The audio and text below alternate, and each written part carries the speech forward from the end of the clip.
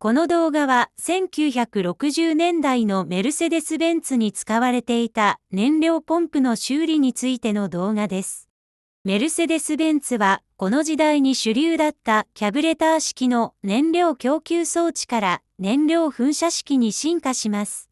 この時の燃料噴射式では燃料ポンプの燃圧がキャブレター式の3倍程度要求されました。高い燃圧と供給量を満たすために開発された燃料ポンプが、この初期型ロングタイプ燃料ポンプです。このインペラーが回転して燃料を送る仕組みです。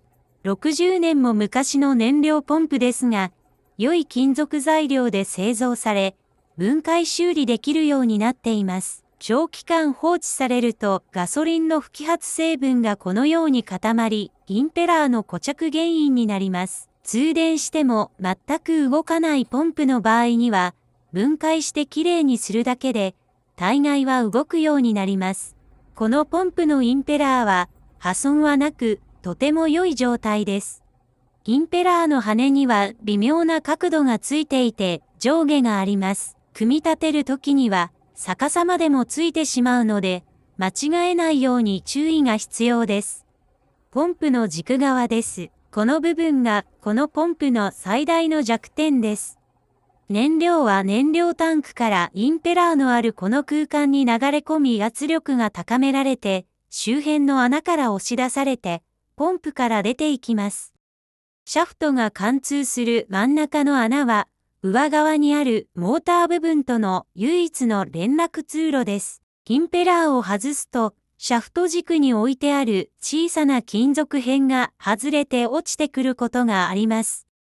この5ミリくらいの小さな金属片は、シャフトとインペラーが空回りしないように固定する重要な部品です。この小さな固定部品はシャフトのこのくぼみにはまってるだけです。次に外すのは、この変わった形の金属クリップです。これはベローという部品をシャフトに固定する部品です。シャフトの溝にセットされています。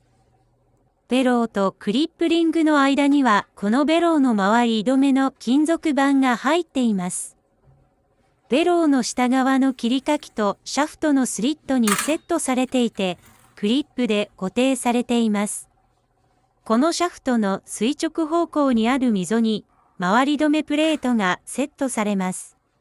穴の下側に真鍮でできているベローの部品が見えます。その少し上に赤色のオーリングが見えます。このオーリングも燃料漏れを防ぐための非常に重要な役割があります。これがベローと言われる部品です。ベローとは蛇腹のことです。この部品により、ポンプ下側の燃料が入る空間と、上側の燃料が入ってはいけないモーター側の空間を隔離しています。ベローは穴の奥の樹脂部分と可動的に接触、また、シャフトのオーリングの部分で密着固定します。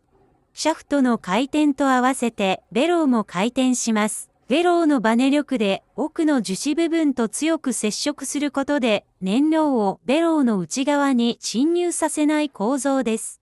ベローの蛇腹部分の汚れが多く、伸ばすのが難しいために超音波洗浄機で洗浄しています。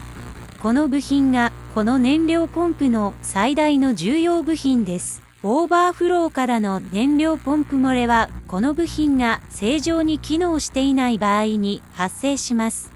ベローは金属、おそらくは真鍮を蛇腹状にした部品です。長さは21ミリのサイズが正常な長さです。そこまで伸ばしてからセットすると適切な圧力でシール効果が発揮されます。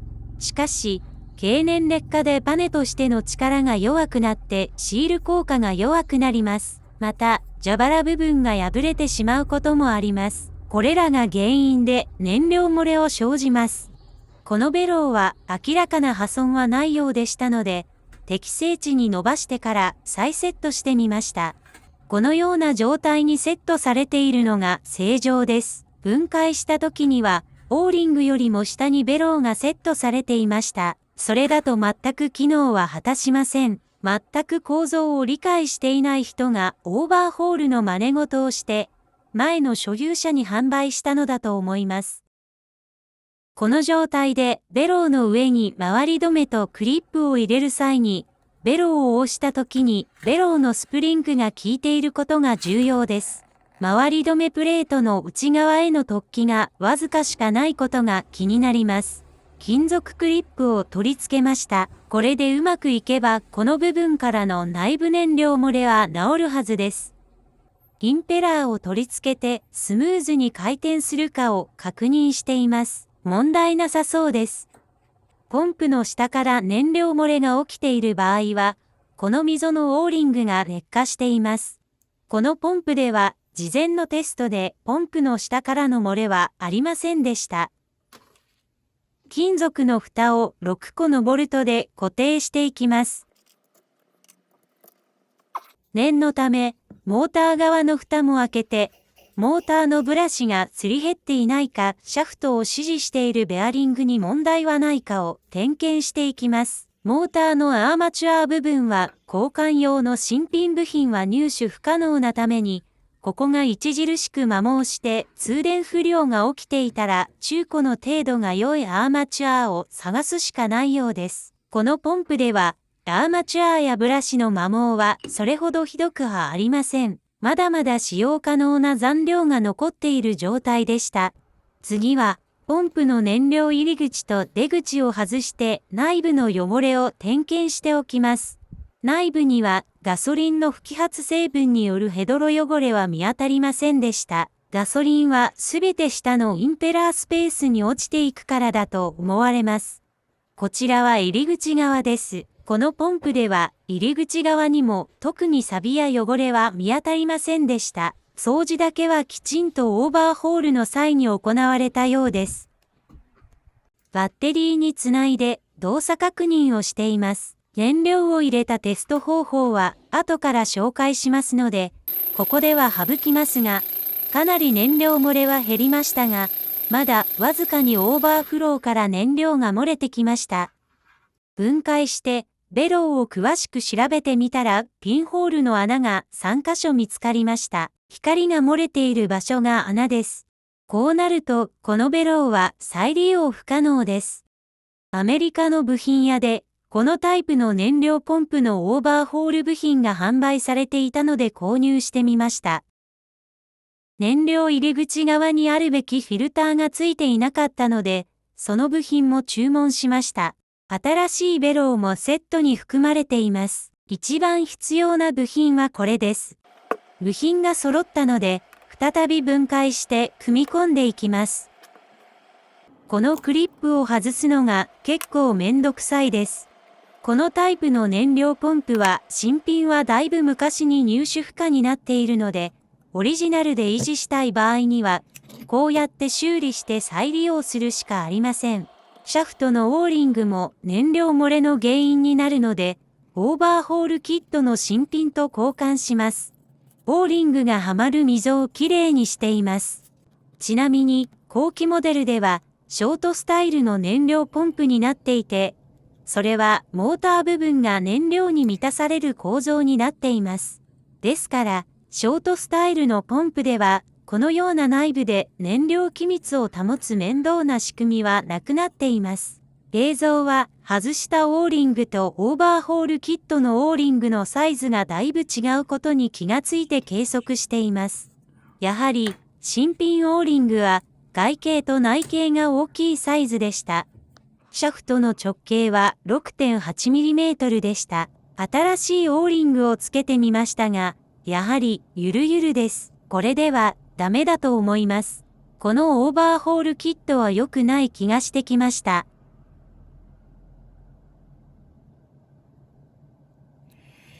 ベローの部品もいろいろと大変な問題がある部品でした。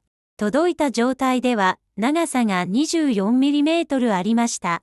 部品販売店の説明だと、これを 21mm の長さにして使うようにということでした。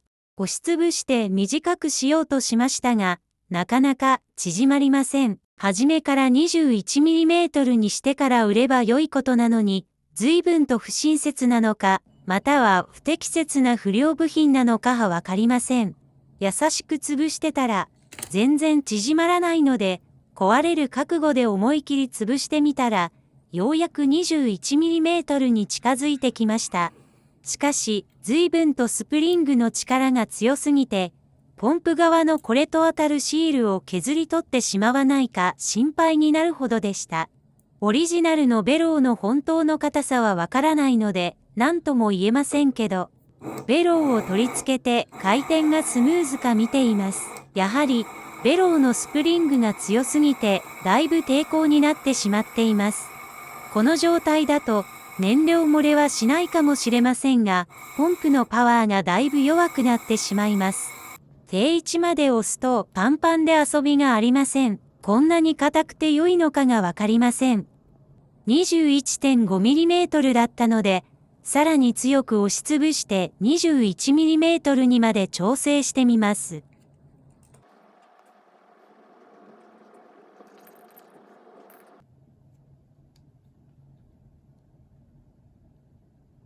ベローを 21mm にして、分厚すぎるキットの回り止めプレートをやめて、オリジナルのプレートで組み直しました。先ほどとは違ってスムーズにモーターが回転しています。回り止めプレートは、この溝にはまるクリップの下に入るため、分厚すぎると、ベローが押しつぶされすぎていました。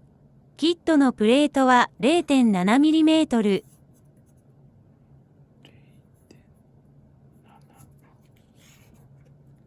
オリジナルは 0.4mm でした。わずかな差ではありますが、キットのプレートだとクリップがはめられないくらいにベローが硬くなってしまいます。シャフトのオーリングはオリジナルのサイズのフッ素ゴムを手配して組み込み直しました。黒いオーリングがそれです。すべての部品を組み立てていきます。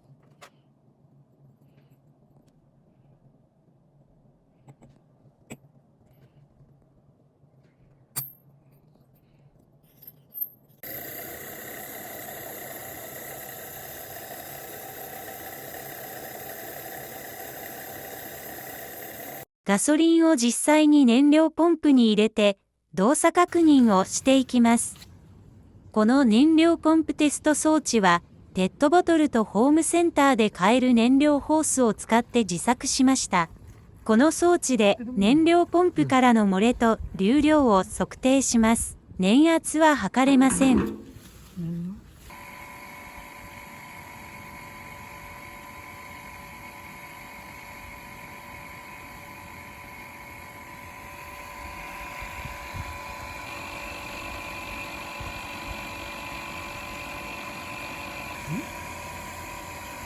快調に燃料を送っています。オーバーフローからの燃料漏れはなくなっています。異常に熱くならないかも触ってみています。1時間テストしましたが、少し暖かい程度で安定していました。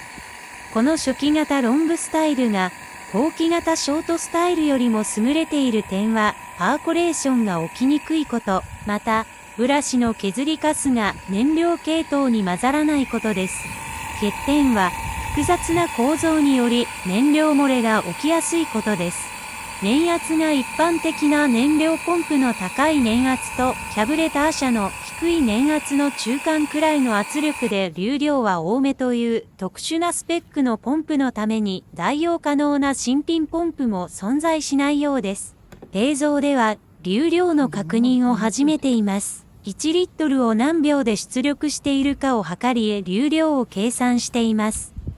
このロングスタイルの燃料ポンプからショートスタイルに入れ替えることはよく行われています。私はこの複雑で技術的に無理があるロングスタイルポンプに興味があります。以前、ドイツにあるこのポンプの修理専門店に修理を依頼したことがあります。専門店で$1000支払ったオーバーホールにもかかわらず、燃料漏れは全く良くなっていませんでした。その時は交換してもらいました。専門家でもこのポンプの修理は一筋縄ではいかないようで、ますます興味を持ちました。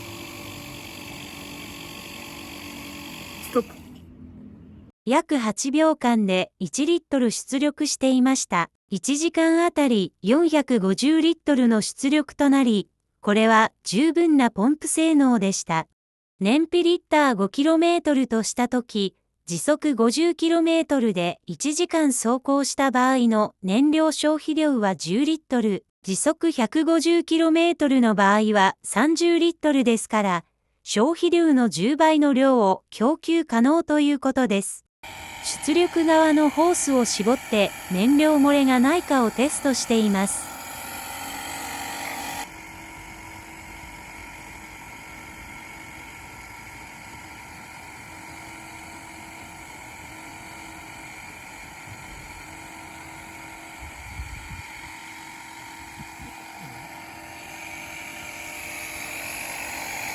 この自作テスト装置での検査では問題はなさそうでした。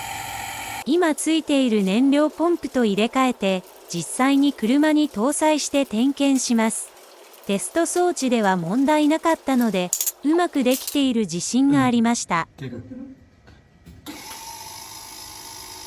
しかし期待はすぐに裏切られました。オーバーフローパイプから燃料が漏れています。